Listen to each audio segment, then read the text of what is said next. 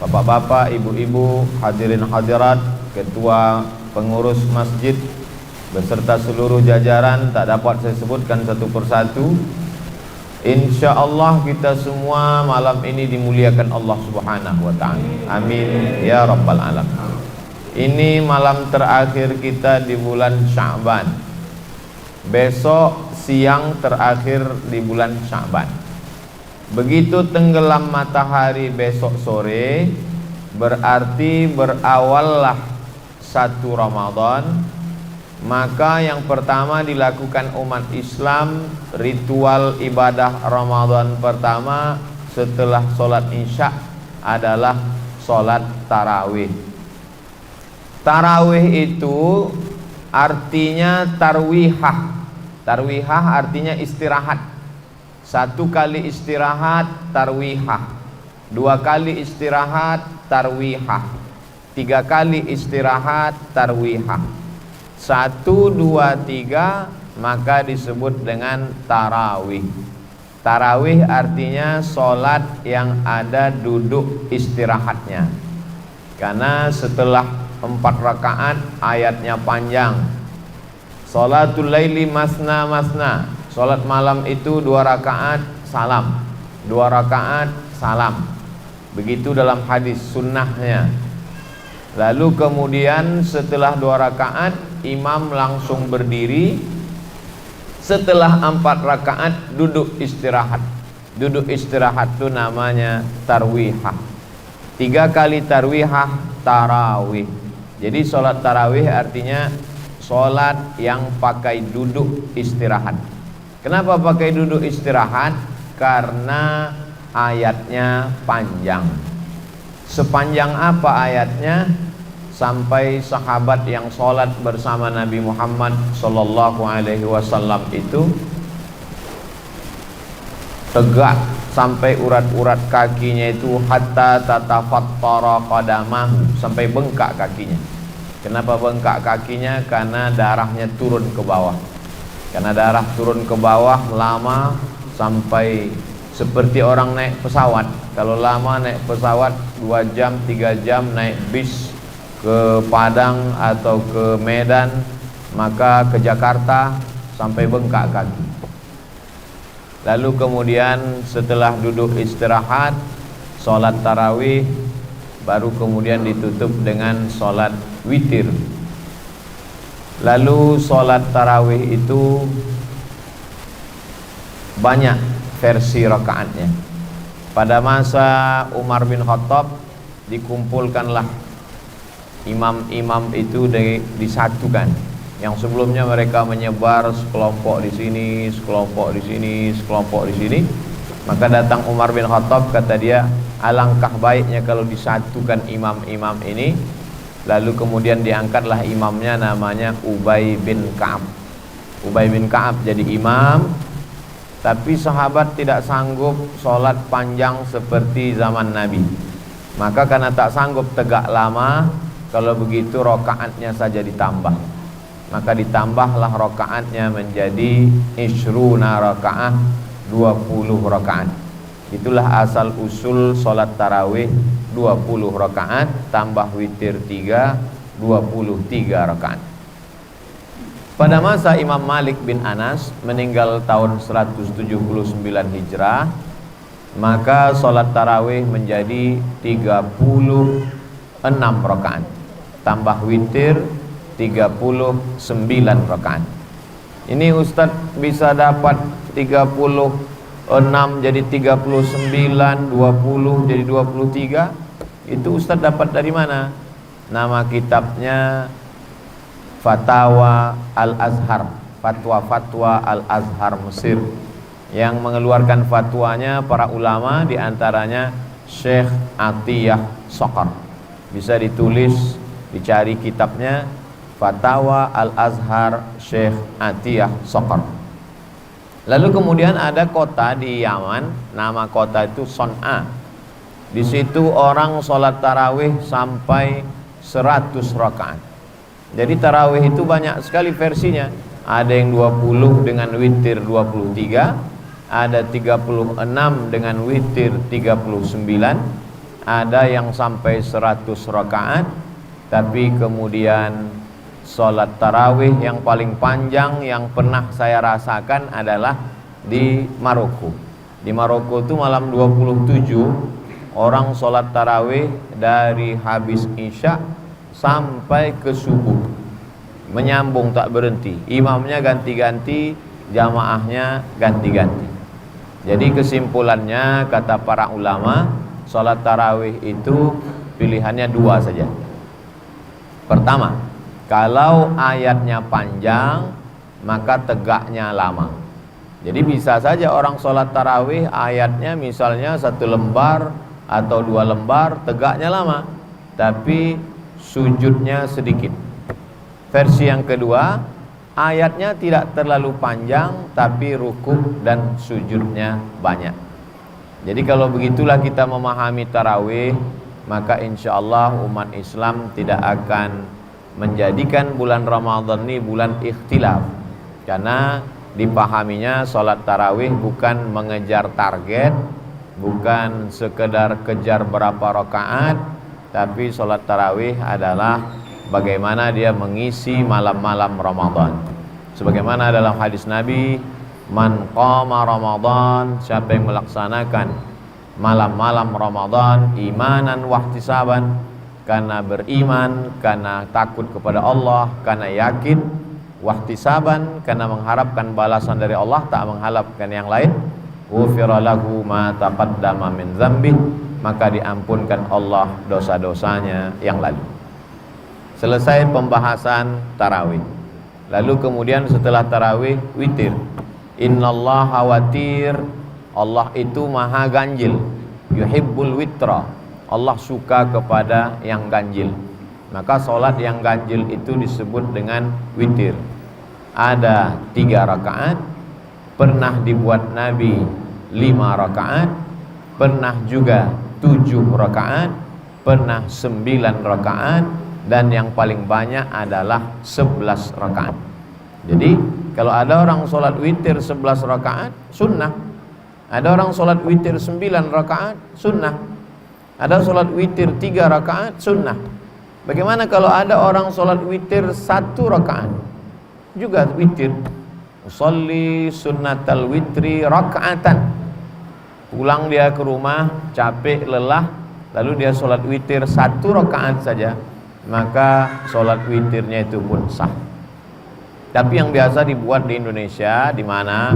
Di Mesir, di Maroko, sholat witirnya 3 rakaat. Hanya saja 3 rakaat ini bebas, bisa 2 rakaat salam tambah 1 rakaat salam, atau 3 rakaat 1 salam. Bagi yang melaksanakan 3 rakaat 1 salam, maka tak boleh dibuatnya ada tasyahud awal, supaya tak sama dengan sholat maghrib. Karena kalau sama dengan sholat maghrib, berarti apa beda dia dengan sholat fardu? Makanya kalau ada masjid yang membuat 3 rakaat, dibuatnya 3 rakaat 1 salam, tasyahudnya sekali di akhir saja. Rakaat pertama sabbihisma rabbikal a'la, rakaat yang kedua qul ya ayyuhal kafirun, rakaat yang ketiga qul huwallahu ahad, qul a'udzu birabbil falaq, qul a'udzu birabbin nas. Tapi kalau kita ke masjid-masjid tua seperti Masjid Raya Senapelan, mereka membuat 2 rakaat, habis itu baru 1 rakaat. Beberapa masjid tua membuat 2 rakaat, setelah itu baru 1 rakaat. Maka sesungguhnya dalam mazhab Syafi'i yang afdal adalah 2 rakaat ditambah 1 rakaat. Kalau sholat witir 2 rakaat tambah 1 rakaat, lalu yang 2 rakaat itu apa namanya? Maka yang 2 rakaat itu namanya syafa'. Wal fajri walayalin ashri wasyaf'i wal watri. Syafa' artinya genap 2, wal watri witir artinya 1. Jadi kalau kita sholat witir, imamnya 2 1, yang 2 rakaat itu usollinya usalli sunnatasy syaf'i ma'al witri rak'ataini. Baru nanti yang satu rakaatnya usalli sunnatal witri rak'atan. Salat syafa' yang masih sepaket dengan witir. Setelah itu salat witir satu rakaat, maka witirnya 3. Saya pernah ditanya orang, masa witir ada 2 rakaat Pak Ustadz? Iya, 2 rakaat lalu kemudian tambah 1. Oh, tidak bisa. Kalau sholat witir itu 3 rakaat. Oke, kalau kamu mengatakan sholat witir 3 rakaat, bagaimana orang melaksanakan witir 9 rakaat? Apa mungkin 9 rakaat 1 salam? Tentu dia buat 2, 2, 2, 2, 1. Lalu yang 2 itu apa namanya? Kalau ada orang sholat witir 11 rakaat, 2, 2, 2, 2, 2, 1. Maka yang 2 itu namanya sholat syafa'. Itu untuk membantah orang yang mengatakan apa arti 2 witir itu. Dia tetap witir, dia sepaket dengan yang ujung nanti. Makanya namanya sholat syaf'i ma'al witri. Kalau sudah sholat witir habis tarawih, nanti pulang tidur malam, bangun malam jangan witir lagi. Karena dalam hadis dikatakan la witrani, tak boleh 2 kali witir dalam satu malam. Witir artinya ganjil. Kalau orang sudah sholat witir 3, habis itu ditambahnya lagi witir 3, 3 tambah 3 6, maka ganjilnya hilang. Maka itu berarti bukan sholat witir. Maka kalau kita witir pilihannya 2, habis tarawih witir, nanti malam bangun tahajud saja. Atau habis tarawih pulang, nanti malam baru sholat witir. Muncul masalah. Katanya dalam hadis Nabi, ij'alu akhira salatikumul laila al-witra. Jadikanlah sholat terakhir kamu di waktu malam sholat witir. Kalau sudah sholat witir habis tarawih, mana boleh lagi sholat malam Pak Ustadz? Boleh. Jadi kalau udah sholat witir habis tarawih, tidur, nanti malam bangun tinggal sholat tahajud saja. Mana dalilnya? Nabi pernah sholat sunat setelah sholat witir. Jadi pilihan kita 2. Kalau mau habis tarawih witir, nanti malam bangun tinggal tahajud. Tapi kalau habis tarawih pulang, maka nanti malam sholat tahajud, habis tahajud ditutup dengan witir. Kalau Ustadz sendiri bagaimana? Kalau saya jadwal ceramah di masjid, saya sholat tarawih, saya ikut sholat witir. Nanti malam saya bangun tinggal tahajud saja, saya tidak sholat witir lagi. Kalau kebetulan Ustadz 10 terakhir Ramadan sholat witir, habis sholat witir Ustadz pulang ke rumah tidur, malamnya Ustadz ceramah di masjid yang kebetulan di situ ada i'tikaf. Ustadz diminta jadi imam sholat witir. Mau menolak tak mungkin. Jamaah minta kepada Ustadz Abdul Somad, kami minta menjadi imam witir, maka saya tetap sholat witir. Tapi tadi katanya tak boleh 2 kali witir dalam semalam. Disebutkan dalam kitab Sunan At-Tirmidzi, witir yang 3 tadi bisa dibatalkan. Caranya, sholat 1 rakaat untuk menggenapkan yang witir 3 tadi menjadi 4. Ini selalu saya sampaikan kepada imam-imam yang terpaksa mesti menjadi imam witir waktu iktikaf. Jadi dia sholat sunat 1 rakaat, niatnya sholat sunat 1 rakaat menggenapkan witir yang 3 tadi, sehingga yang 3 tadi menjadi 4. Setelah itu dia sholat witir 3 rakaat, maka witir dia malam itu menjadi 7 rakaat. Tapi saya tidak anjurkan seluruh jamaah begitu, khusus bagi imam ustadz yang sudah sholat witir di masjid, terpaksa nanti malam witir lagi, maka caranya sempurnakan witir 3 tadi jadi 4, nanti waktu i'tikaf jadi imam, tambah witir jadi 3 lagi, maka 4 tambah 3 sama dengan 7 rakaat witir. Tarawih sudah kita bahas, witir sudah kita bahas. Kemudian ada tasbih-tasbih di celah-celah, di sela-sela tarawih. Subhanal malikil ma'bud, Subhanal malikil mawjud, Subhanal malikil hayyil ladzi la yanamu wa la yamutu wa la yafutu abada, Subuhun qudus rabbuna wa rabbul malaikati war ruh. Allahumma salli ala sayyidina Muhammad, Allahumma salli wa sallim alaihi, Allahumma salli ala sayyidina wa syafi'ina wa zukhrina wa maulana Muhammad, Allahumma salli wa sallim wa barik alaihi. Apa dalil orang bertasbih-tasbih di celah-celah tarawih ini? Maka ketika duduk istirahat, orang Makkah itu duduk istirahatnya sambil tawaf. Ada yang baca Quran, ada yang berzikir, tapi sebagiannya tawaf. Subhanallah walhamdulillah wa la ilaha illallah wallahu akbar, sambil menggerak-gerakkan kaki karena tegak lama berdiri. Orang Madinah tak bisa tawaf. Maka orang Madinah yang tak bisa tawaf tadi, mereka baca Quran, berzikir. Maka disitulah dalil pengambilan boleh tasbih di celah-celah tarawih. Bukan kata Ustaz Abdul Somad, saya membaca kitab, kata Syekh Atiyah Saqar. Apa bacaan orang waktu tawaf? Tasbih, subhanallah walhamdulillah wa la ilaha illallah wallahu akbar. Apa bacaan orang ketika berzikir duduk? Tasbih, subhanallah wa bihamdihi subhanallahil azim. Kalau boleh bertasbih waktu tawaf di sela-sela tarawih, kalau boleh tasbih ketika menunggu istirahat imam, kenapa tak boleh bertasbih saat Bilal mengisi celah-celah sela-sela tarawih?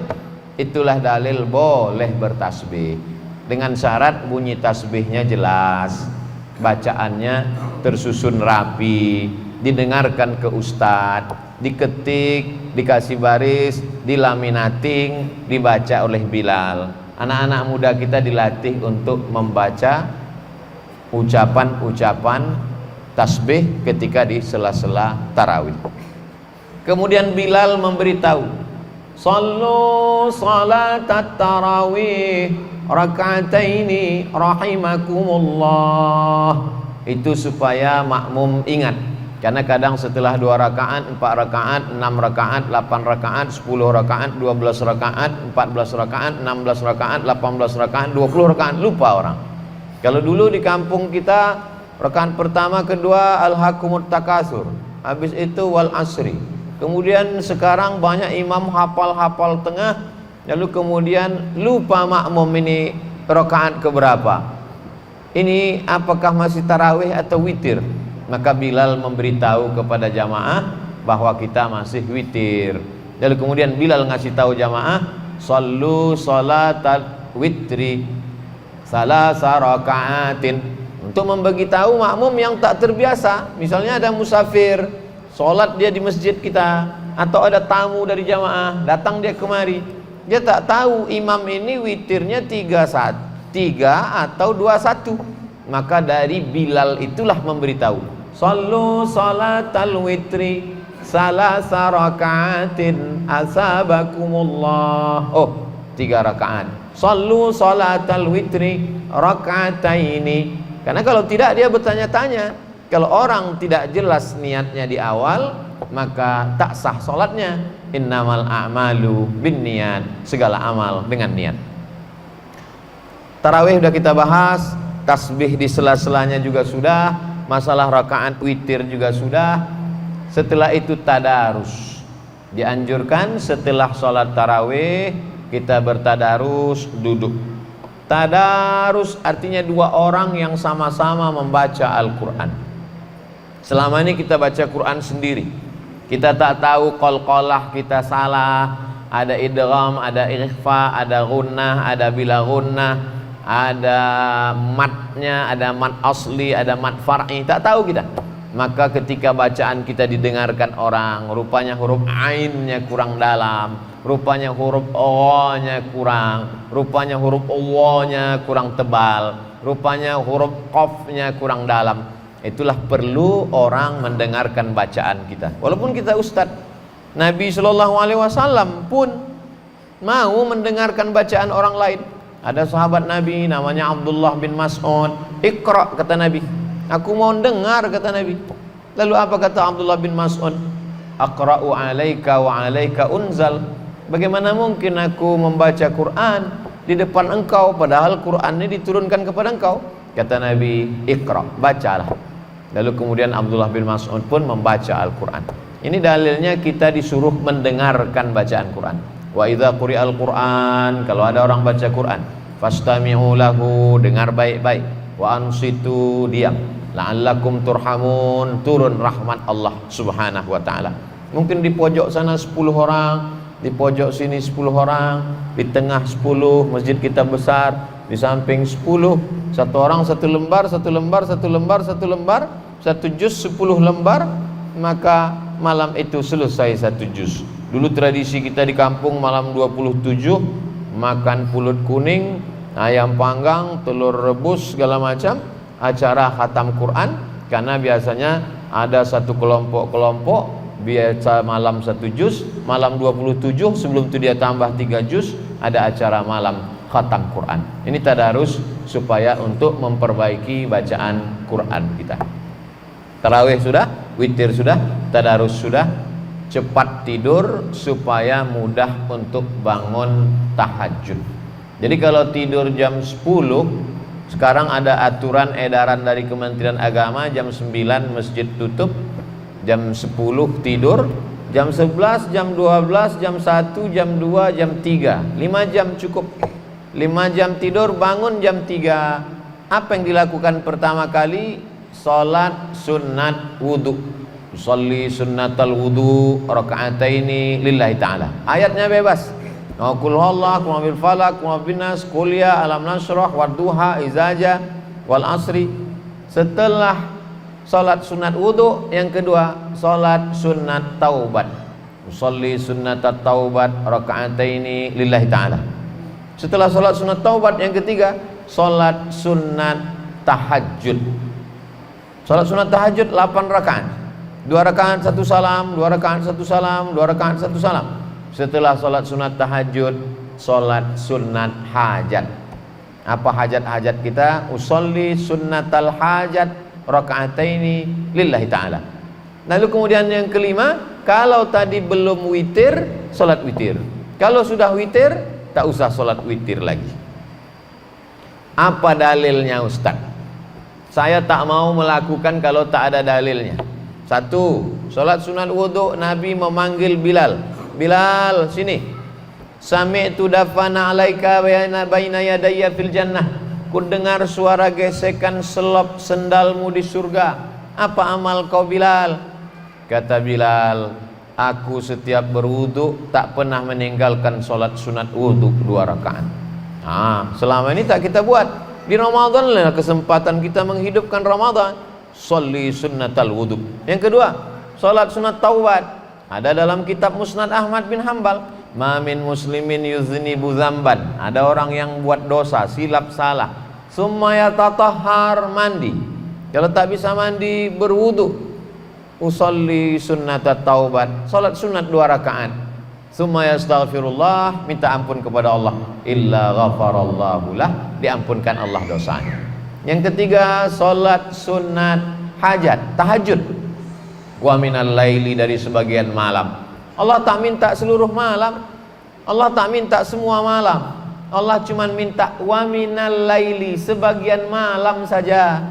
Karena kalau suatu malam Allah tahu besok kita tak bisa kerja, tak bisa masak, tak bisa cari nafkah, tak bisa jaga anak.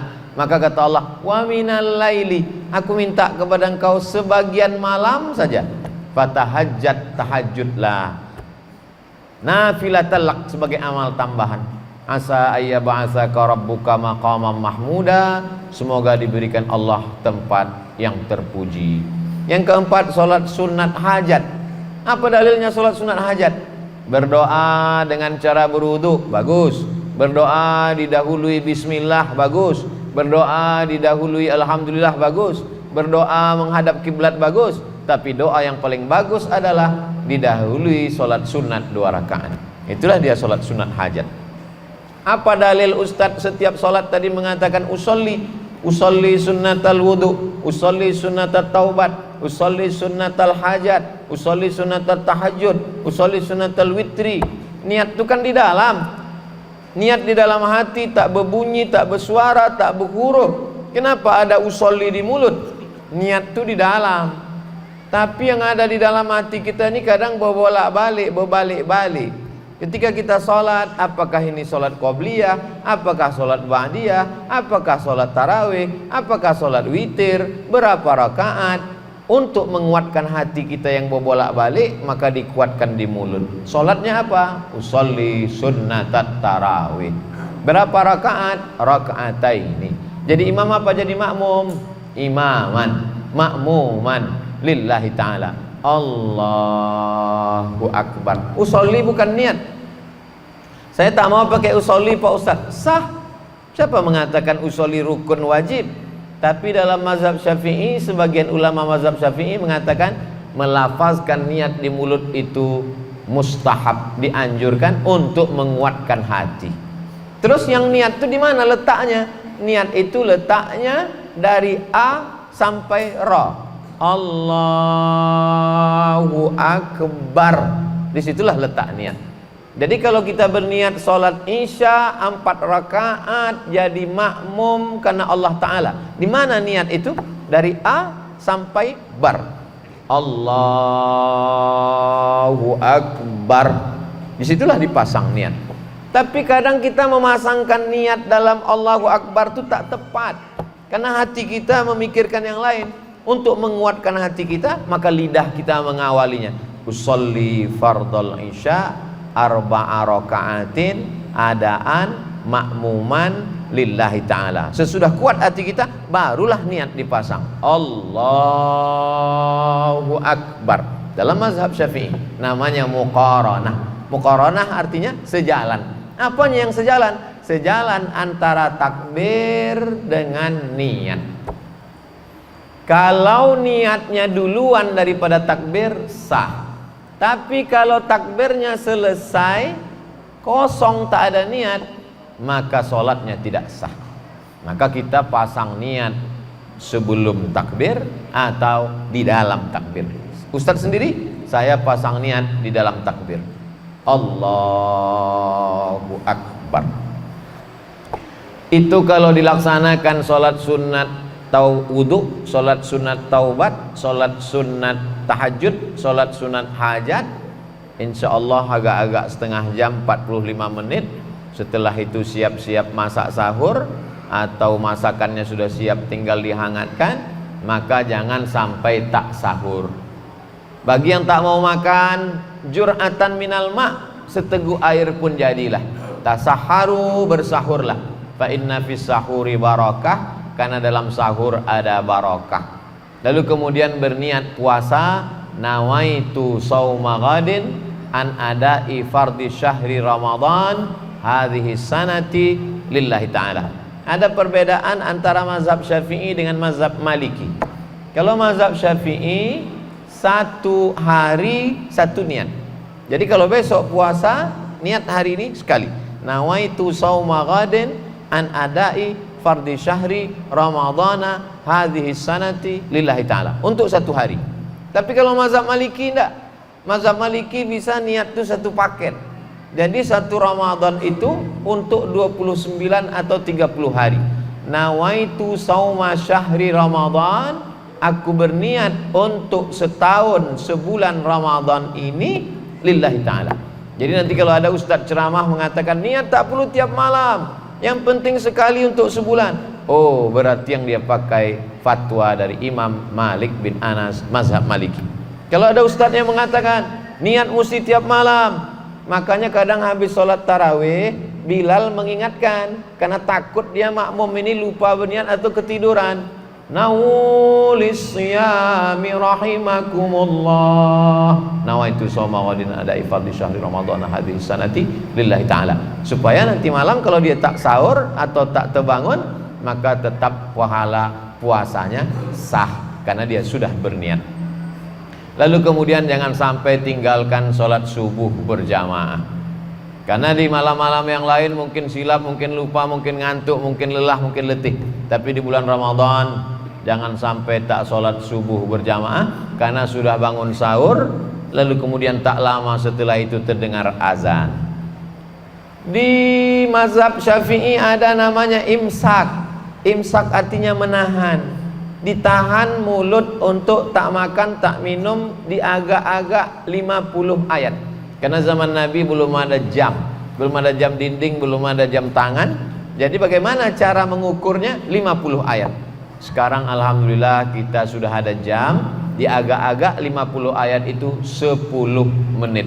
Jadi kalau subuhnya jam 5.57, maka jam 5.47, 10 menit sebelum azan subuh sudah berhenti makan minum. Itulah yang disebut dengan imsak. Di beberapa masjid ada jamnya, subuh, zuhur, asar, maghrib, isya, imsak. Atau pula di tempat kita Radio Republik Indonesia atau di tempat lain pakai sirine supaya orang tahu, oh aba-aba. Tapi imsak bukan lampu merah. Artinya yang terbangun terlambat, terbangun pas terdengar suara imsak, dia masih boleh makan. Yang tak boleh itu ketika azan. Kalau azan sudah berkumandang, ada air atau makanan di mulut, maka muntahkanlah, keluarkan.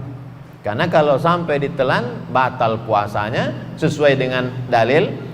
Wakulu, makanlah, washrabu, minumlah, hatta yatabayyana lakumul khaytul abyadu minal khaytil aswadi minal fajar, sampai terbit fajar sodik. Fajar sodik itu maksudnya azan subuh. Kalau udah azan subuh tertelan, berarti batal puasa. Lalu kemudian salat subuh datang ke masjid. Lau ya'lamuna ma fil atamati was subhi, kalaulah mereka tahu pahala puasa salat isya dengan salat subuh, la atauhu mahabwan, mereka akan datang walaupun merangkak mereka akan datang ke masjid. Jadi sebetulnya bulan puasa bukan bulan menumpuk amal. Bulan puasa adalah bulan membiasakan diri ke masjid. Subuh ke masjid, zuhur ke masjid, asar ke masjid, isya ke masjid, maghrib ke masjid, tarawih ke masjid, witir ke masjid, puncaknya iktikaf 10 malam ke masjid, supaya kaki terbiasa ke masjid. Kata pepatah Melayu, Allah bisa karena biasa. Jadi mudah-mudahan setelah kita biasakan kaki ini ke masjid, nanti ketika kita keluar dari Ramadan di Syawal, ketika mendengar suara azan berkumandang, tak sabar kaki mau ke masjid. Apa tanda puasa Ramadan kita diterima? Bukan tarawihnya 30 malam. Apa tanda kita dapat Lailatul Qadar? Bukan berarti i'tikafnya 20 malam. Tandanya adalah setelah Ramadan semakin rajin sholat berjamaah, setelah Ramadan tak sabar ingin ke masjid. Itulah yang dimaksud dengan ibadah Ramadan yang diterima Allah Subhanahu wa ta'ala. Kita masuk sekarang pembahasan sholat subuh. Saya urutkan dari mulai tarawih, witir, tidur, sholat sunat wudhu, sholat sunat taubat, sholat sunat sholat sunat hajat, lalu kemudian sekarang sholat subuh habis makan sahur. Man sholat subha fi jama'atin, siapa yang sholat subuh berjamaah, summa qa'ada yadhkurullah, habis sholat subuh jangan keluar masjid. Maka kalau bisa buatkan setiap subuh itu ada pengajian. Apalagi di lingkungan kita banyak ustadz, dijadwalkan habis sholat subuh pengajian sampai terbit matahari. Sekarang terbit matahari di Pekanbaru jam 6:05 tambah 15 menit. Karena 6:05 itu waktu tanduk setan namanya. Ketika matahari terbit datang setan menghampiri, itulah yang dipakai orang kafir musyrik untuk menyembah Lata, Uzza, Manat, Hubal, Jibti, Taghut, Naham. Jadi jam 6:05 biarkan, jam 6:05 tambah 15 menit, jam 6:20 barulah laksanakan sholat sunat isyraq. Jadi kalau dihitung berapa menit lah itu duduk di masjid berzikir baca Quran, zikir baca Quran, zikir baca Quran, lebih kurang 1 jam. 60 menit dari sholat subuh, istighfar, sholawat, la ilaha illallah, baca Quran, istighfar 100, sholawat 100, la ilaha illallah 100, habis itu baca Quran, terbit matahari, lewatkan 15 menit, sholat sunat isyraq 2 rakaat. Usolli sunnatal isyraq raka'ataini lillahi ta'ala. Saya tak perlu usolli pun hati saya sudah kuat Pak Ustaz. Tak usah baca usolli, niat dalam hati, Allahu Akbar. Ayatnya bebas. Apa pahalanya? Man sholat subha fi jama'atin, siapa yang sholat subuh berjamaah, summa qa'ada yazkurullah, duduk berzikir mengingat Allah, hatta tatlu asyam, sampai terbit matahari, summa yusalli rak'ataini, sholat sunat 2 rakaat, kanat lahu ka ajri hajjatin wa umrah, dapat pahala macam haji dan umrah. Tamah, sempurna, habis ibadah malam. Selesai ibadah malam, baru pindah ke ibadah siang. Ibadah siang ini tidak ada bergerak. Kalau ibadah malam tadi ada tegak, ada ruku, ada sujud, ada tasbih, ada zikir, ada tahmid, ada takbir, ada tahlil. Ibadah siang diam saja. Tidak ada tegak, tak ada ruku, tak ada sujud, tak ada keluar duit, tak ada tetes air mata, tak ada mengalir darah, tak ada. Diam saja, hanya menahan. Tahan mata, jangan tengok macam-macam. Tahan telinga, jangan dengar macam-macam. Tahan pikiran, jangan pikirkan macam-macam. Tahan hati, jangan bisik macam-macam. Tahan lidah, jangan cakap macam-macam. Tahan tangan, jangan pegang macam-macam. Tahan kaki, jangan melangkah ke tempat macam-macam. Ibadah ini namanya siam. Siam itu artinya imsak, menggenggam. Yang digenggam itu apa? Genggam mata, genggam telinga, genggam pikiran, genggam hati, genggam tangan, genggam kaki, dari mulai azan subuh sampai azan maghrib. Inilah ibadah yang paling ringan, tapi bagi sebagian orang paling berat. Berapa banyak orang yang tak sanggup menahan mata, tak sanggup menahan telinga, tak sanggup menahan lidah, tak sanggup menahan tangan, tak sanggup menahan kaki, tak sanggup menahan hati, tak sanggup menahan pikiran. Maka kata Nabi, ibadahnya man shoma, siapa yang sanggup menahan waktu siang itu, imanan, pada siang Ramadan, imanan karena iman kepada Allah, wahtisaban, hanya membalaskan meminta balasan dari Allah, ghufir lahu ma taqaddama min dzambi, diampunkan Allah dosa-dosanya yang lalu. Bagaimana kalau ada orang tahan makan, tahan minum, tapi mata tak ditahan, telinga tak ditahan, lidah tak ditahan? Man lam yada' qaulaz zur, siapa yang tak menahan lidahnya, tak menahan matanya, tak menahan tangannya, tak menahan kakinya, falaisa lillahi hajatun fi ayyada'a ta'amahu wa syarabahu, maka perbuatan dia menahan makan, menahan minum tak ada pahalanya. Kata Nabi Muhammad sallallahu alaihi wasallam, rubba sha'imin, betapa banyak orang yang puasa, laisa lahu min siyamihi, tak dapat apa-apa dari puasanya, illal ju', hanya lapar saja. Illal ju', hanya lapar saja. Maka siang Ramadan, kalau ada orang mengatakan malam itu berat Pak Ustadz, menahan ngantuk, menahan tidur, sholat tarawih, makan banyak, perut kenyang, mengantuk, justru siang paling berat. Karena siang kita menahan mata, menahan yang lain dan lain sebagainya. Tetap sholat zuhur dan asar berjamaah. Lalu kemudian mendekat azan maghrib, waktu afdal berdoa. Jangan sampai, kalau bisa jam 6 menjelang maghrib 6.20, dari mulai jam 6 itu duduk baca Quran, zikir, selawat, berdoa. Doa yang pertama, karena waktu yang afdal berdoa menjelang berbuka. Duduk keluarga, duduk berdoa. Doa diri dulu.